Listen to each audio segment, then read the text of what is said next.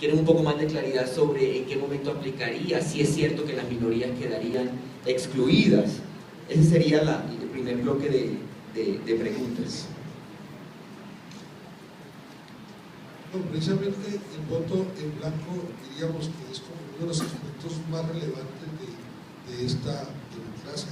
No son muchos los países del mundo donde contemplan la existencia del voto en blanco y con efecto.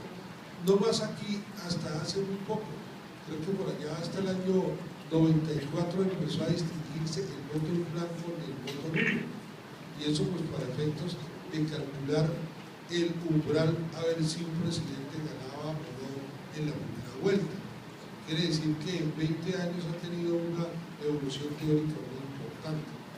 El voto en blanco nace pues como una, diríamos, como una manifestación de inconformismo ciudadana frente a los candidatos, especialmente, y estamos hablando de un poco hace más de 10 años, de todos aquellos candidatos únicos en sitios controlados por grupos armados ilegales.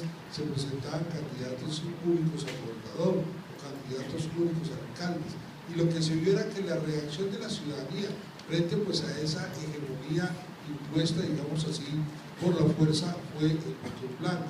Por esa razón se consagra en el 2003 el voto en blanco, se ratifica en la reforma constitucional del 2009 y en la reforma política.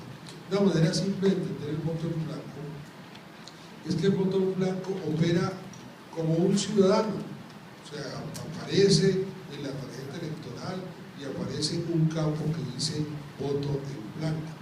Sin entrar a las consideraciones de los grupos significativos de ciudadanos promotores del voto en blanco, hasta esos grupos significativos del voto en blanco se ubican también en esa franja.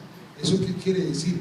Que como el voto en blanco es un voto totalmente válido, es por lo tanto un voto que afecta como afecta un voto válido. ¿Eso qué quiere decir? Cuando la candidatura es uninominal y el voto en blanco es mayoritario, pues simplemente se repite la elección y se excluyen los candidatos que se presentaron, como pasó en el 2011 en el municipio de Bello. Cuando no se trata de una elección a un cargo uninominal, sino a la corporación pública, lo que señaló la Corte Constitucional vía interpretación es que la mayoría del voto en blanco tenía que ser una mayoría frente a la sumatoria de los demás candidatos.